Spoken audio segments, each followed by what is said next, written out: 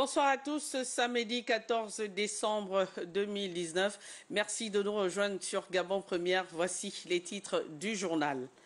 L'opération Mes Propres baptisée Scorpion, on en parle encore ce soir avec 4 anciens ministres de la République placés sous mandat de dépôt à la prison centrale de Libreville au terme d'une comparution devant la Cour judiciaire spéciale. Nous parlerons également de coopération militaire entre le Gabon et la Belgique. Les deux pays se sont unis dans une dynamique de manœuvre militaire afin de démontrer leur savoir-faire dans ce domaine. Enfin, l'Union des écrivains du Gabon à la conquête des jeunes littéraires par l'entremise d'une rentrée littéraire. Les apprenants sont invités à communier avec ce monde. Bienvenue dans ce journal. L'opération Mes Propres baptisée Scorpion, toujours au cœur de l'actualité. Brice Lacruche Alianga, ancien directeur de cabinet du président de la République, a été placé sous mandat de dépôt à la prison centrale de Libreville en compagnie de 3 anciens ministres, Noël Mbumba, Tony Ondomba et Roger Onomba, après avoir comparu hier devant la Cour judiciaire spéciale. On revient sur cette actualité avec Patricia Lydie Moueli. La sentence est finalement tombée. Brice Lacruche Alianga, Noël Mbumba, Tony Ondomba et Roger Onomba sont depuis la nuit du 13 au 14 décembre 2019 dans les geôles de Libreville. Après avoir été longuement entendus par les juges de la Cour judiciaire, ils sont tous poursuivis pour malversation financière, détournement de fonds publics, blanchiment de capitaux en bande organisée, concussion et faux et usage de faux. Le mandat de dépôt a été décerné à chacun par le juge d'instruction. Brice Lacruche Alianga, l'ancien directeur de cabinet du président Ali Bongo Ndimba, est soupçonné d'être le chef d'orchestre des détournements massifs de fonds publics avec plusieurs de ses proches qui avaient été interpellés après la vaste opération anticorruption lancée par le chef de l'État. Ce qui est sûr, après Mamba de hier, aujourd'hui, l'opération Scorpion est loin de connaître son épilogue, vu la vaste campagne d'assainissement des données publiques lancée au sein des administrations publiques et parapubliques et qui a permis d'interpeller plus d'une dizaine de cadres qui auraient dilapidé les fonds de l'État. Pour l'instant, ces anciens ministres, Brice Lacruche Alianga, Noël Mbumba, Tony Ondomba et Roger Onomba, sont encore présumés innocents tant qu'il n'y a pas eu de procès qui prouve réellement leur culpabilité. Et nous revenons sur l'entretien du procureur de la République, André Patrick Ropona, relatif à ses interpellations et arrestations. Nous l'écoutons. J'invite le peuple gabonais à faire confiance à sa justice. Il ne s'agit pas pour nous de faire du spectacle. Il s'agit pour nous de restaurer l'ordre de la loi, afin que tout Gabonais ou alors tout résident dans le territoire national sache ce qu'il doit faire et ce qu'il ne doit pas faire. La justice fait son travail, soyez-en rassurés.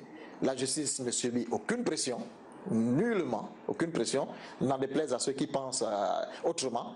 Mais nous sommes en train de mener nos procédures dans le strict respect des règles. La justice fera son travail. Si certaines personnes sont déclarées non coupables, ça sera aussi par le fait de la loi. Si certaines personnes sont déclarées coupables, ça sera aussi par le fait de la loi et non par le fait d'une main invisible.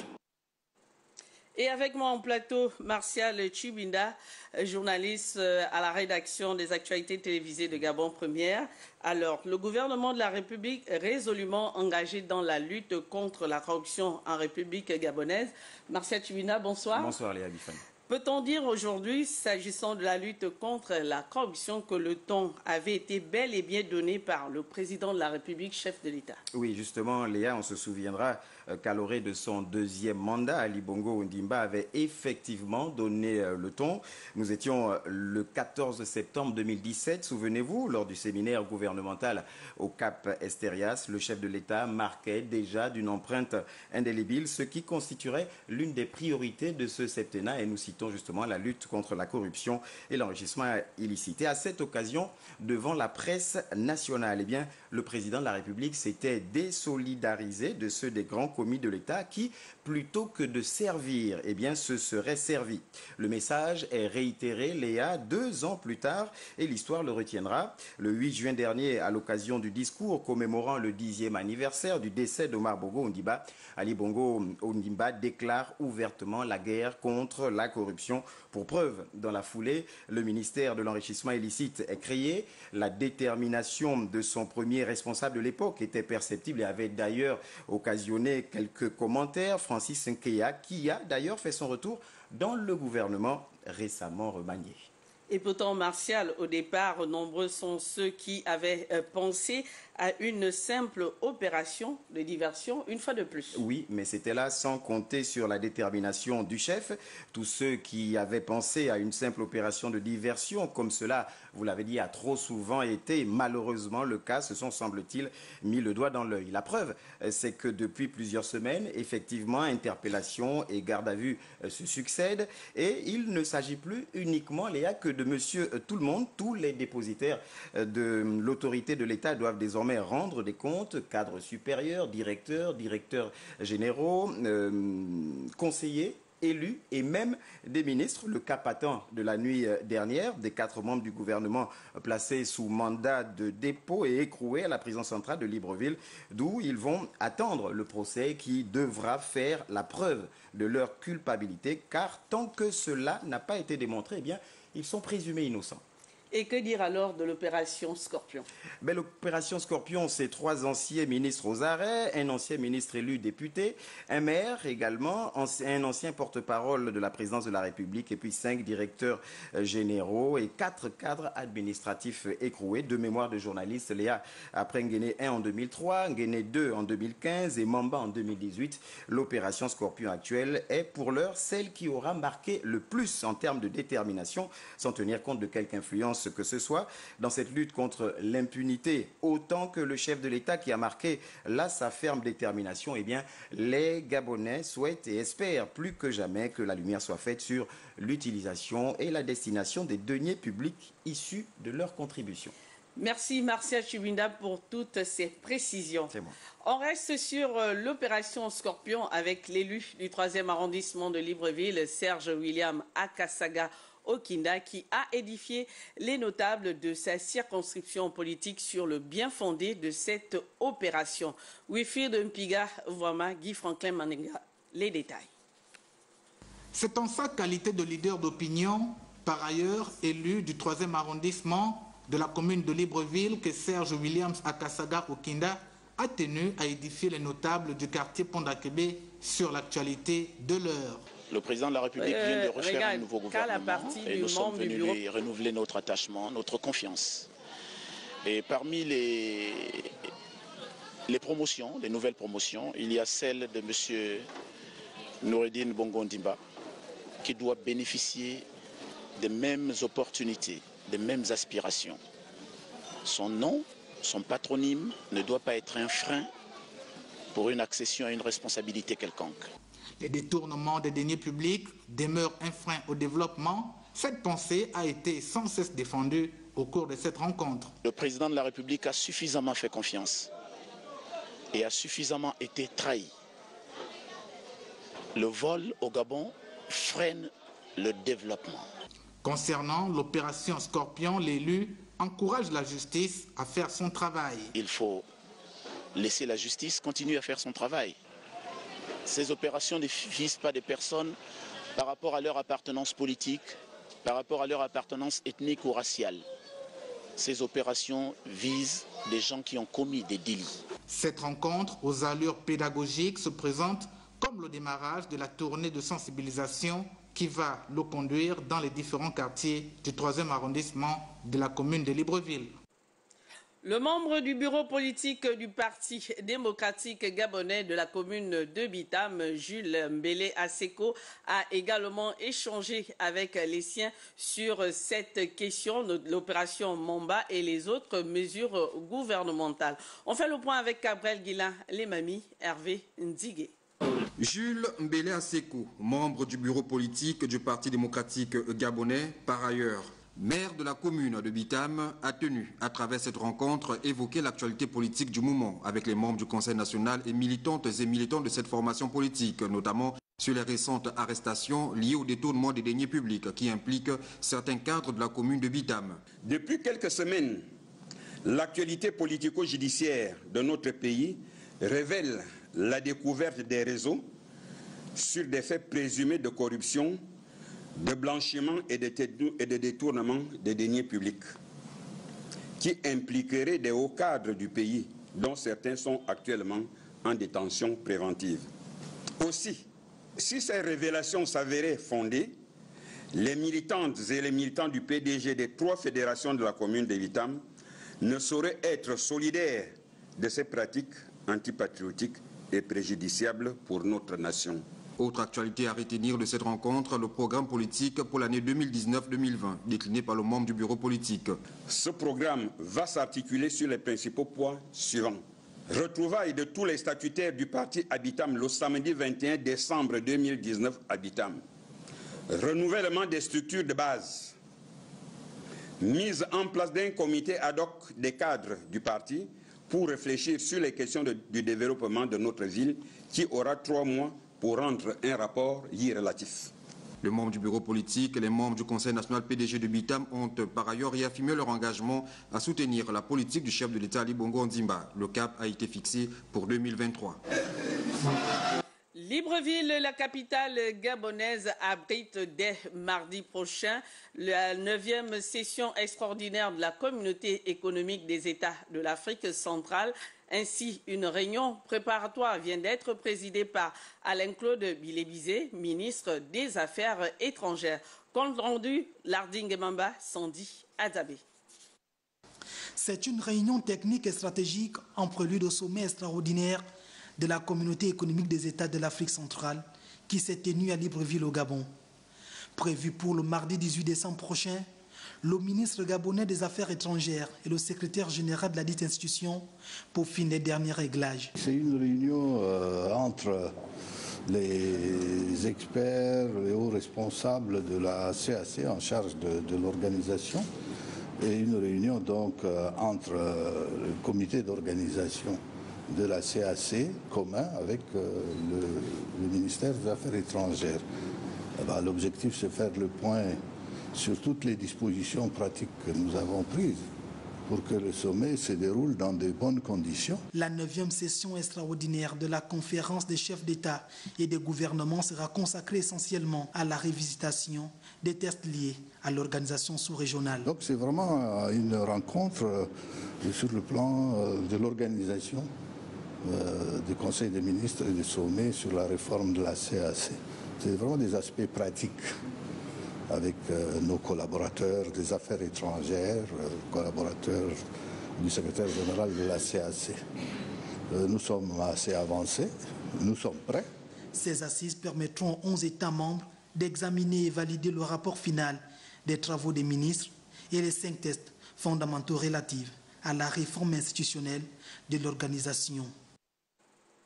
Juste après, le ministre d'État aux Affaires étrangères, Alain-Claude Bilébizé, a procédé à la remise des prix aux lauréats du concours régional Regard croisé. Sous le regard du directeur régional de l'OIF, 3 pays sortent vainqueurs de ce prix, à savoir le Gabon, Sao Tomé et Principe et le Tchad. Linda Nyumba Mungengi, Jean de Dieu Mamoudou, reportage.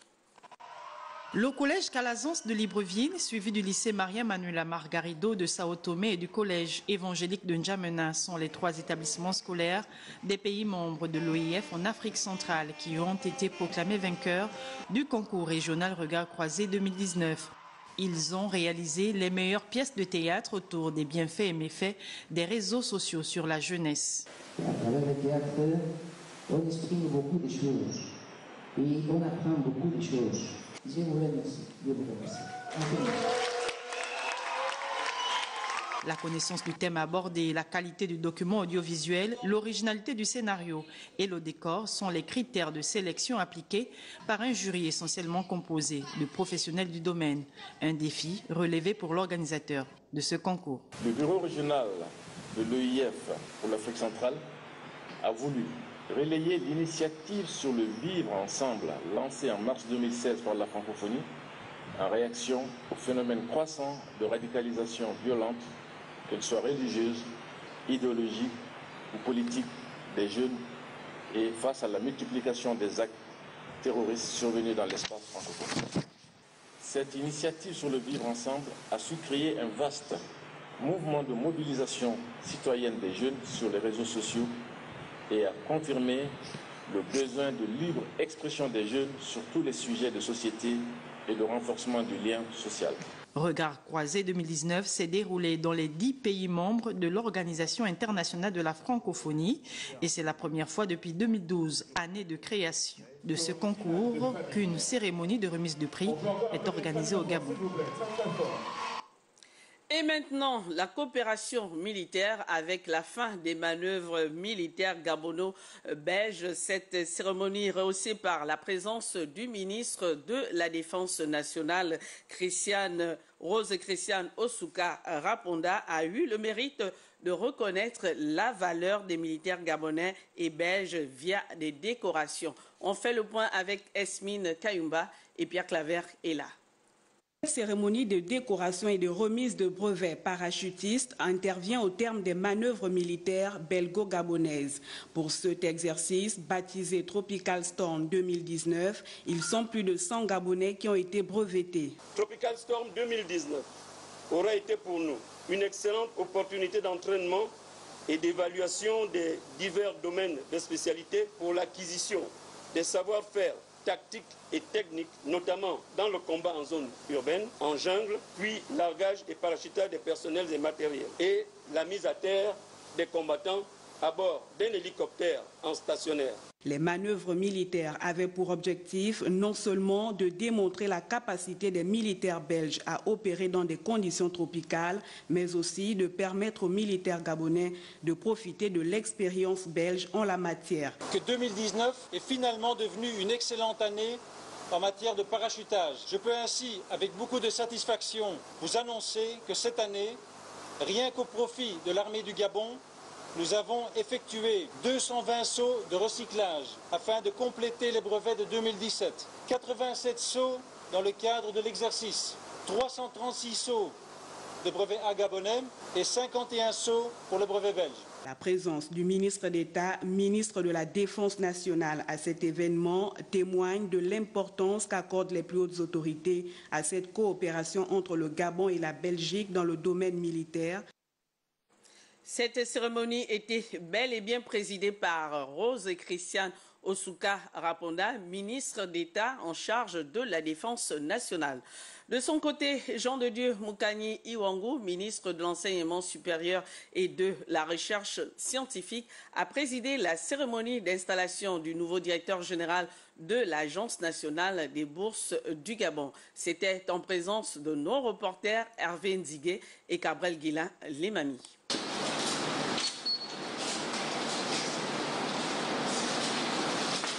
Nommée lors du dernier conseil des ministres du mois en cours, Sandra Mambari Pinze, épouse Abesolo, prend officiellement ses fonctions au cours de cette cérémonie de passation et d'installation présidée par le ministre de l'Enseignement supérieur, Jean de Dieu Mukani Iwangu. Je vous renvoie à l'exercice de vos fonctions avec mes félicitations et mes vœux de réussite. Le directeur général sortant, Joël Iman Sandungu, cède ainsi son fauteuil à son successeur. Il laisse derrière lui plusieurs réalisations et des projets entamés. À l'endroit des anciens collaborateurs, je dirais ceci, vous héritez d'une femme d'expérience, d'un produit individuel. Il n'y a pas de raison que le travail entamé soit arrêté. La promue, au regard de la tâche qui l'attend, a dit être consciente du poids de ses nouvelles responsabilités et de l'habilité dont elle devra faire preuve pour maintenir la confiance du gouvernement. J'ai bon espoir que j'aurai l'appui de mes collaborateurs pour faire face ensemble aux enjeux qui nous attendent quant à la satisfaction de nos étudiants. Ces derniers attendent principalement de nous que nous les accompagnions dans le financement de leurs projets d'études. La mission est bien définie pour le directeur général entrant. Elle devra tout mettre en œuvre pour régler d'une part le problème des bourses des étudiants et d'autre part faire en sorte que la NBG, instrument politique du gouvernement, mette en avant le mérite et l'aide des personnes les plus défavorisées.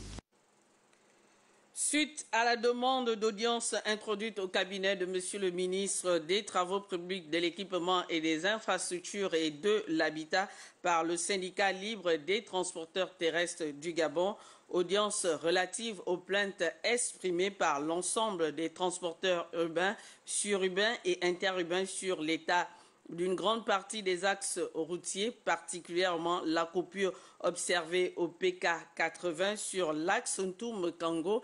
Monsieur le ministre des Transports, de l'Équipement des Infrastructures et de l'Habitat informe l'ensemble des syndicats routiers regroupés au sein du CITEC de ce qui les convie à une séance de travail à son cabinet le lundi 16 décembre 2019 à 9h précises.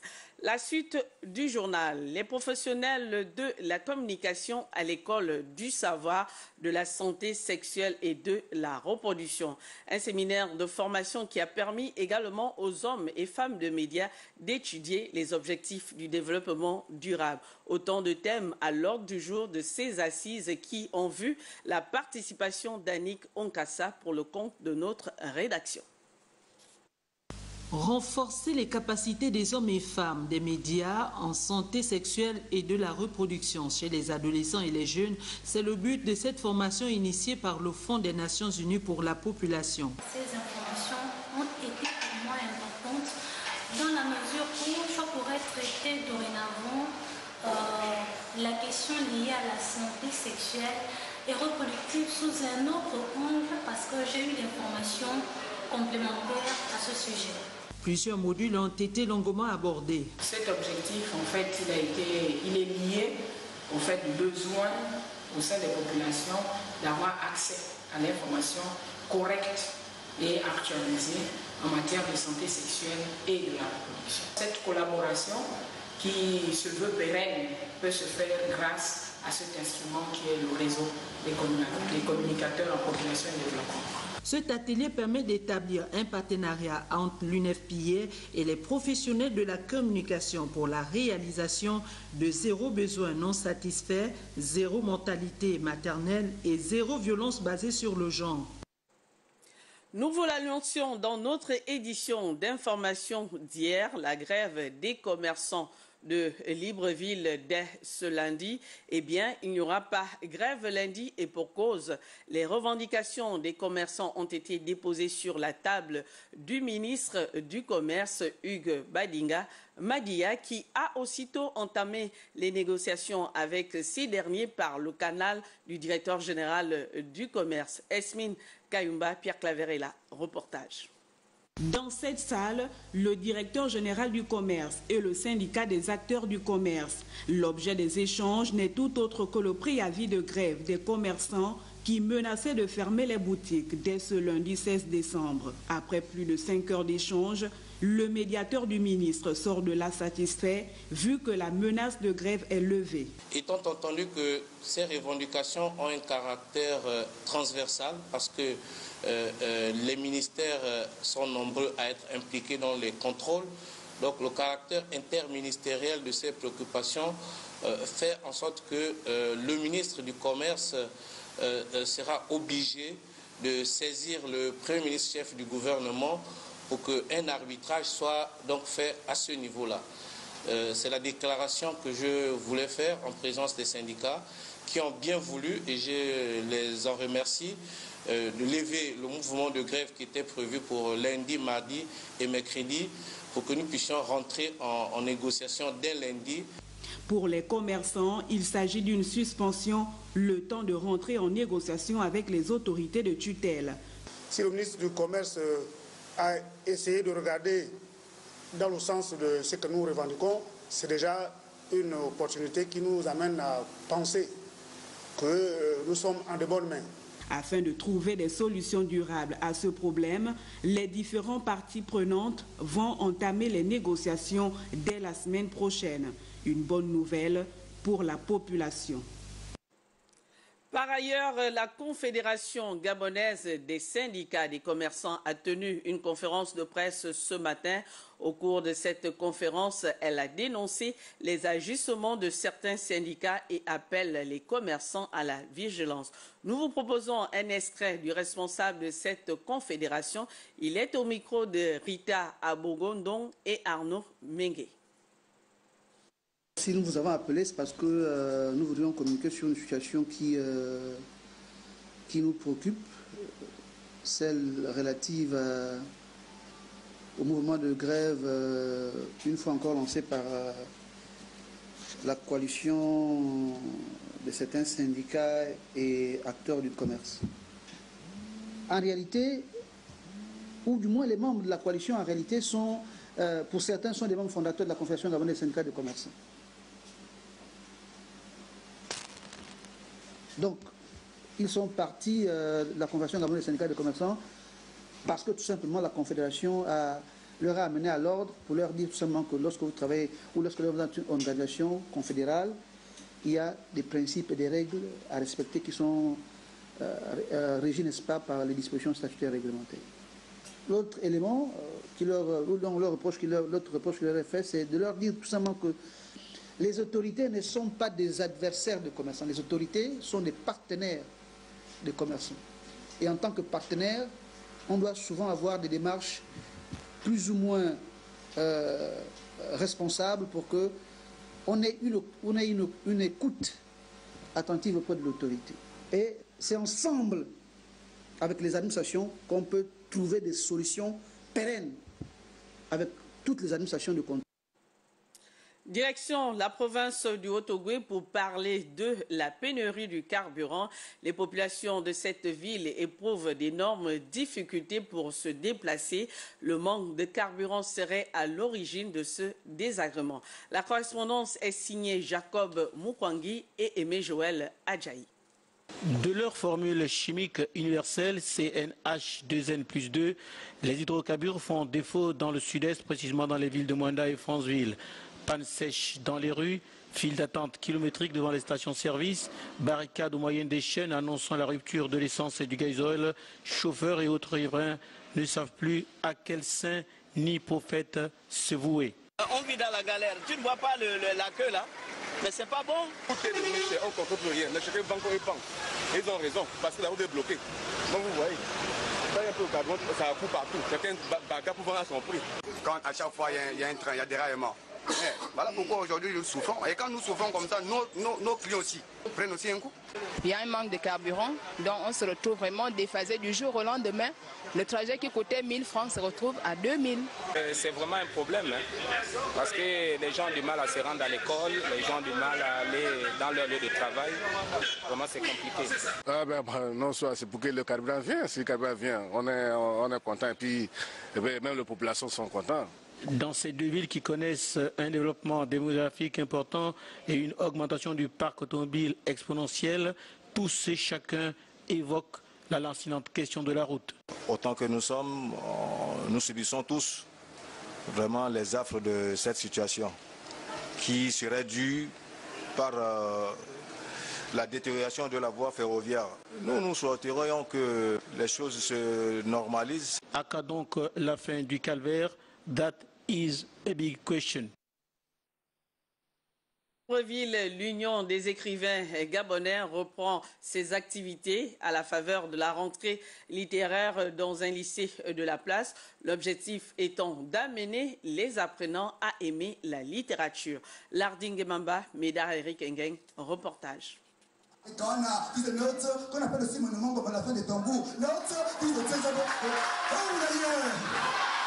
Ces slams marquent le début de la rentrée littéraire de l'Union des écrivains gabonais, discipline universelle qui participe au développement intellectuel des apprenants.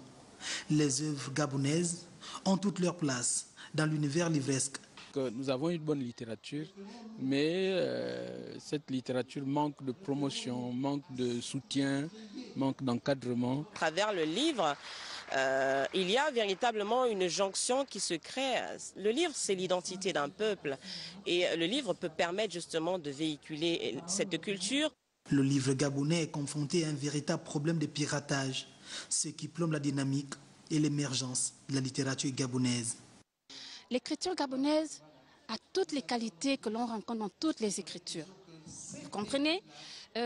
Parce que c'est souvent le débat qui revient. Est-ce que le livre gabonais il est riche? Est-ce qu'il est dense? Est-ce que l'écrivain gabonais écrit bien? Oui, l'écrivain gabonais écrit très bien. Le Gabon a eu sa belle année. Il y a eu beaucoup de livres gabonais qui sont sortis. Nous déplorons simplement que quelques maisons d'édition gabonaises, n'est-ce pas, par manque de soutien, non seulement de l'État, mais également à cause de la piraterie du livre gabonais, se voient fermer les unes après les autres. Ça, nous le déplorons. Réconcilier la jeunesse gabonaise avec le livre afin de susciter des vocations, tel est le but visé par l'UDEG. Littérature et cohésion sociale est le thème retenu pour la rentrée 2020. Et c'est sur cette note littéraire que s'achève ce journal. Merci de l'avoir regardé. À demain, 20h.